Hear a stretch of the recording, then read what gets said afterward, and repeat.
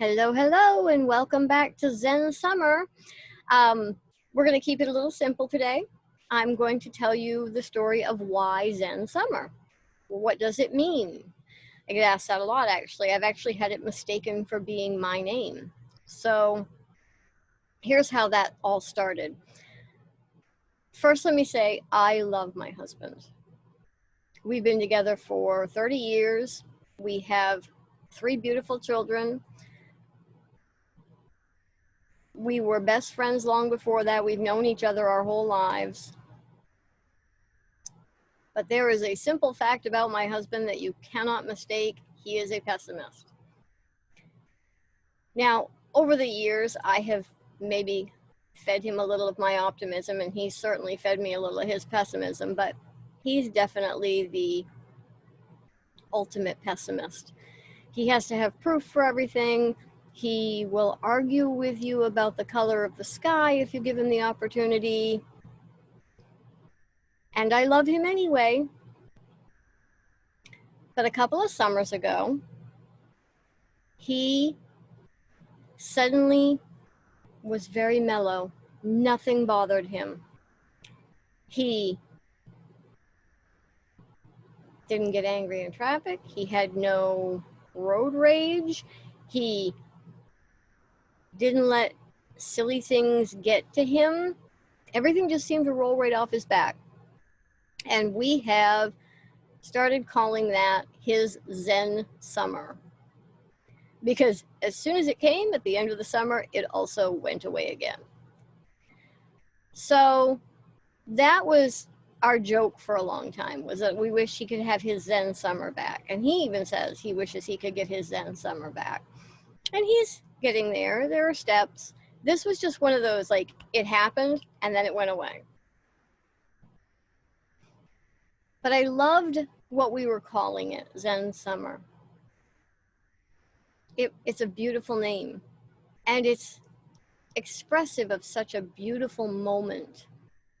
This moment where someone who has struggled, has had a difficult life, has not had a lot of things proven out for him, has been walked on, stepped on, used, literally abused, suddenly found peace.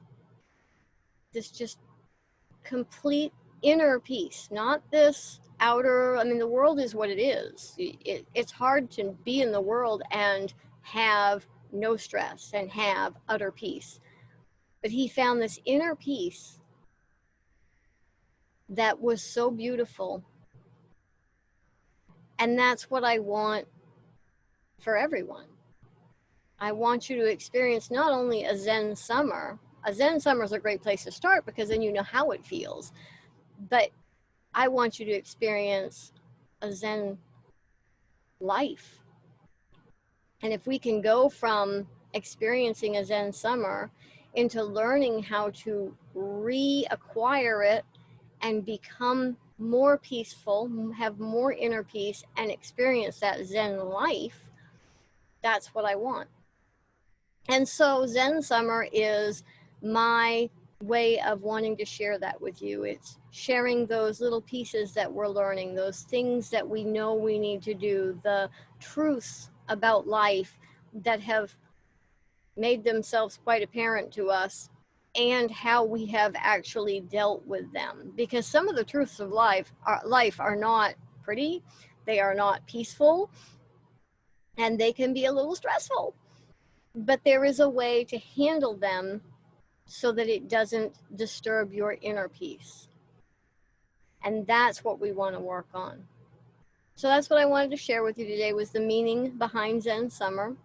And past that, I wanted to let you know some of the things I'm working on for upcoming videos. We're going to be talking about toxic relationships. That's a big one that's been thrown around in my head, and I'm almost ready to do that. We're going to talk about boundaries.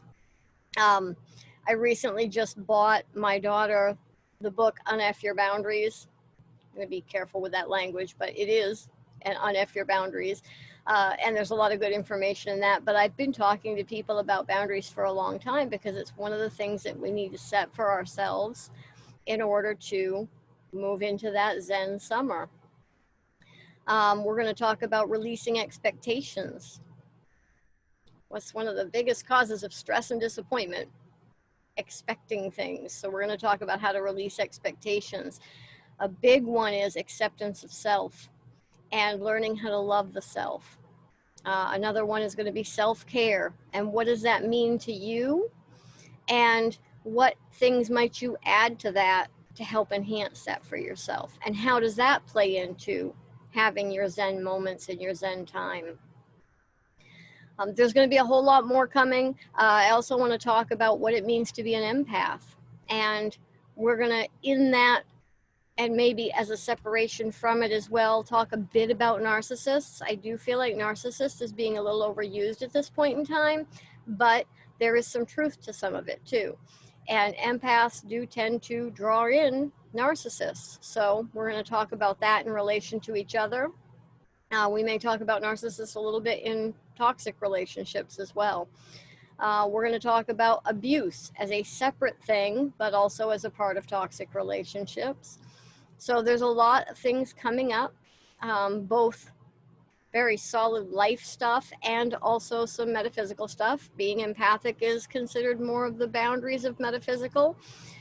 We will at some point also be talking about chakras and what the chakras are, how to balance them better, and how to live in better spiritual, emotional, and physical balance by dealing with and working with your chakras. So that's just a little taste of what's coming up in the future.